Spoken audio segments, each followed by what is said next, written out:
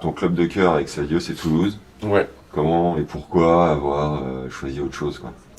En fait, on a eu des soucis il y a 2-3 ans au niveau du club avec le président qui a mal géré un peu les finances du club, tu vois. Donc on a eu beaucoup de dettes et le club a dû fermer pendant 3-4 mois. Mes parents sont profs là-bas, tu vois, mon oncle aussi, donc ils n'ont pas pu travailler pendant 3-4 mois au niveau du club.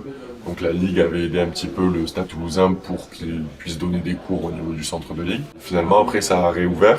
Et là, ils sont très bien repartis. Tu vois, il y a des nouveaux dirigeants. Donc il y a un groupe de 10-15 personnes qui dirigent le club. Donc ça se passe très très bien. Mais par contre, on est descendu en division où on joue en mai en fait.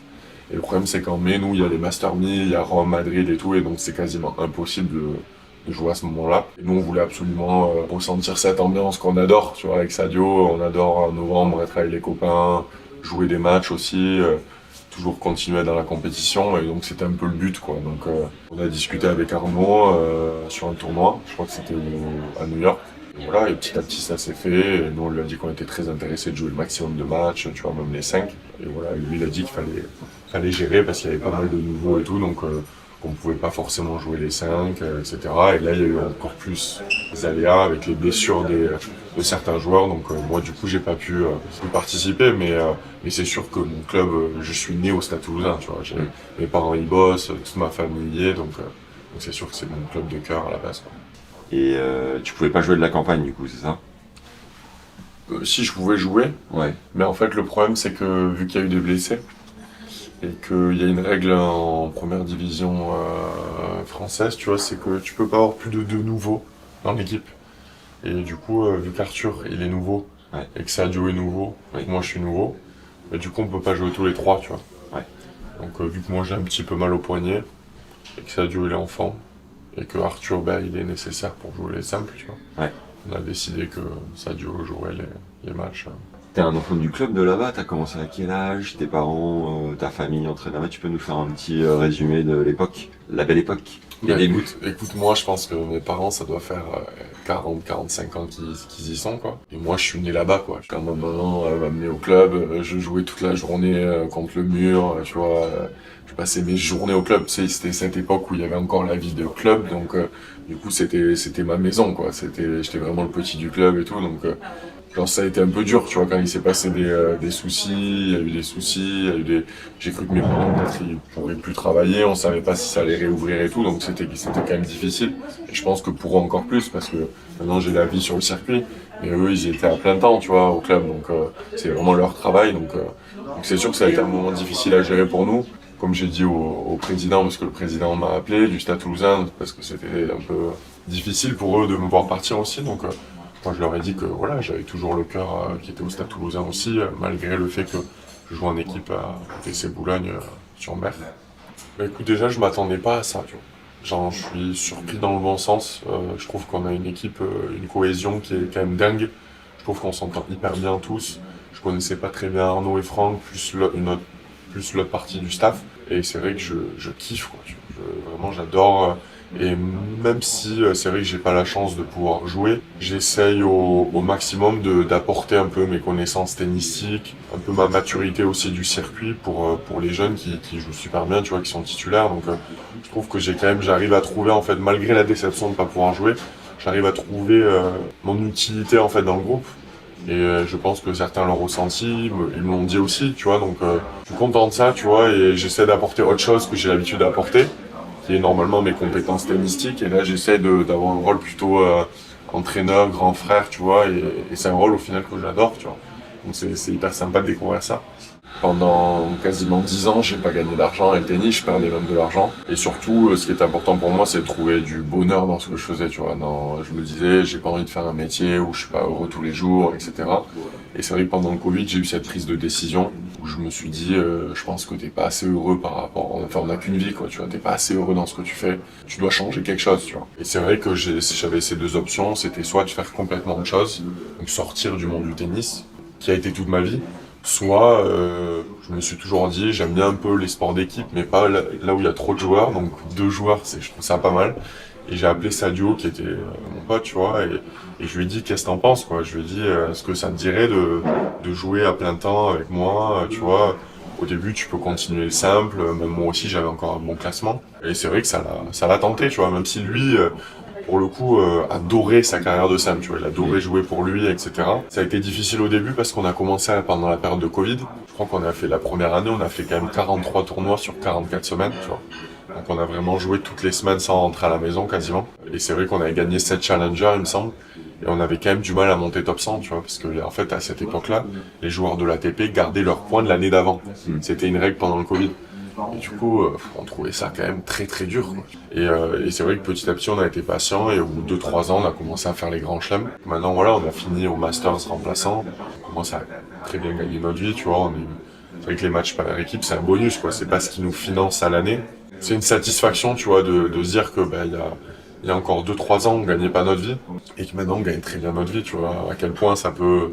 Ça qui est fou au tennis, c'est que quelques résultats, et tu peux passer d'un endroit où tu rembourses tes frais, ou même un endroit où tu payes plus que ce que tu ne reçois, à un endroit où tu rembourses tes frais, et après petit à petit où tu gagnes de l'argent, tu vois. Donc c'est ça qui est fou, et je pense que faut toujours essayer d'y croire, essayer de trouver les moyens pour arriver à son objectif, quoi, tu vois. Nous, avec Sadio, comme tu dis, on est assez expérimenté au niveau des matchs par équipe, tu vois, c'est quelque chose qu'on adorait.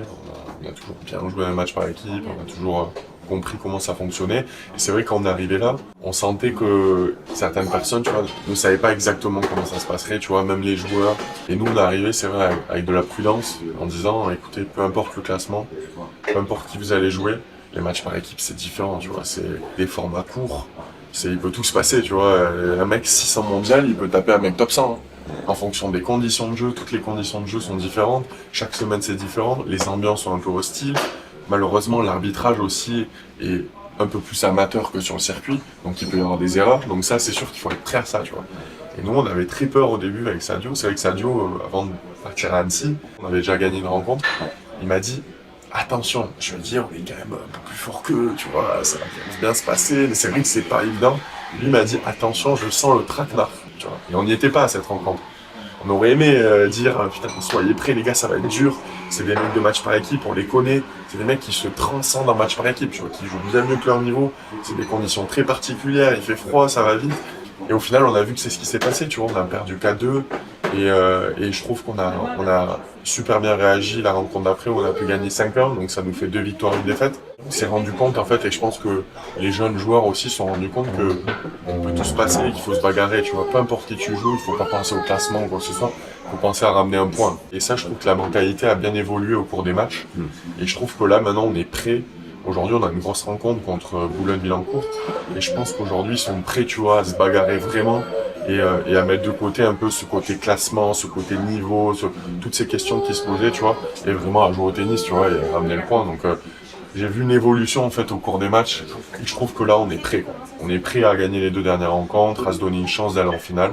Donc moi je suis très confiant, et j'ai vu comment les gars sont entraînés, j'ai vu comment le staff réagit, tu vois, à tout ça, et je pense qu'on est vraiment prêt, tu vois. Avec Sadio, on a pas mal d'objectifs pour l'année prochaine, tu vois. C'est pour ça que ces matchs par équipe aussi étaient une partie des objectifs de l'année prochaine pour qu'on soit bien l'année prochaine dès le début de saison. Ça va être d'arriver en Australie et, tu vois, d'être prêt. Donc là, il nous reste, je sais pas, 7 semaines à peu près avant l'Australie, et on avait changé les côtés l'année dernière, tu vois. On a eu une année, on s'est donné une année où on testait un peu, et je pense que l'année prochaine, on va bien, tu vois, on va commencer la saison, on sait comment on va jouer, on sait comment on joue, on sait ce qu'il y a, tu vois, on a fait une saison complète, on sait ce qui va se passer. Vous gardez le même côté ou... On va garder le même côté, tu vois. On sait ce qu'on doit travailler, donc ça on va commencer l'année, je pense, d'une bonne façon, tu vois, et le but, ça va être d'aller au Masters. On a goûté à ça en étant remplaçant, c'était frustrant un petit peu, mine de rien. Et on se dit qu'on veut vraiment y aller, et je pense qu'on peut y aller, tu vois, et ça va être déjà passer par être en bonne santé, tu vois. On a souvent eu, en 5 ans où on joue ensemble, des pépins physiques. Et je pense que si on arrive à s'entraîner régulièrement, jouer tous les tournois en forme, je pense qu'on a une grande chance tu vois, d'essayer de faire un titre en Master 1000, gagner un grand chelem, et finir dans le top 8, en fin de saison, tu vois, on y croit vraiment. Vous gardez la même prog ou vous changez des trucs? Je crois qu'il y a eu quelques petits changements. En fait, ce qu'on s'est dit par rapport à l'année dernière, tu vois, c'est que l'année dernière, en début d'année, on a fait 4 mois d'affilée quasiment. Tu vois, par exemple, en Australie, on a perdu le dimanche soir je crois qu'il était 21h30 ou un truc comme ça, ou 21h40. Et à 22h, c'était la signature pour Quimper, Challenger 125. Et juste après le match, en fait, on a signé. On était quand même déçus et tout, 3e tour de l'Australie, on a signé à Quimper. Le lendemain, on est parti pour Quimper. Le surlendemain, ou un truc comme ça, un truc de fou, tu vois. Et on a gagné. Mais je pense que moi, après, je l'ai payé un petit peu, tu vois, de pas avoir un petit temps de récup et tout. Donc, on va essayer de gérer, de beaucoup jouer, mais arriver à trouver des plages un petit peu de repos. Donc, ça va être... je pense que là, on va commencer peut-être par l'Australie, tu vois, pour vraiment préparer l'Australie. Au mieux, on va aller 3 semaines en Australie avant l'Australian Open. Donc, faire les 2 tournois ATP là-bas, y arriver 10 jours avant pour bien préparer ces tournois-là. Et pour qu'on soit vraiment prêt pour l'Australie, tu vois, en termes de décalage horaire, de conditions de jeu et tout. Et après, on pense aller en Amérique du Sud. On n'est pas sûr. Et juste qu'on se rende compte, une team de double avec un coach, ça coûte combien à l'année?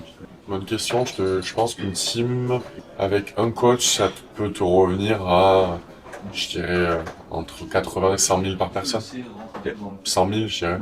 En partageant Paul. Ouais, on va dire 50 000 chacun, tu vois, à peu près, pour Paul. Et après, ça dépend des résultats et tout, si on a un système en fonction des résultats avec le coach, mais et après, nos frais, je pense, ça doit être à hauteur de 50 000 chacun. Ça doit faire ça à peu près 100 000 chacun. Ouais, tu donnes quand même un tiers de ce que tu gagnes dans l'année, quoi. C'est beaucoup d'argent, mais ça nous fait gagner de l'argent aussi, donc c'est ça que je veux. Yes. Merci mec. Merci, hein, les gars. Trop bien. J'ai fait 36 tournois dans l'année. Plus fort dedans, je veux que tu tapes plus fort dans la balle. Je m'en fous, tape plus fort. Et pour moi, je joue vraiment top 30 à l'aise. Hein. Je le bats hein, sans revers, tiens. Non, vraiment. Ah Go. Est-ce que tu t'imagines numéro 1 mondial? Un jour, bien sûr. Ah ouais, non, mais là, c'est... Soit vous dites non, on me roule pas dessus.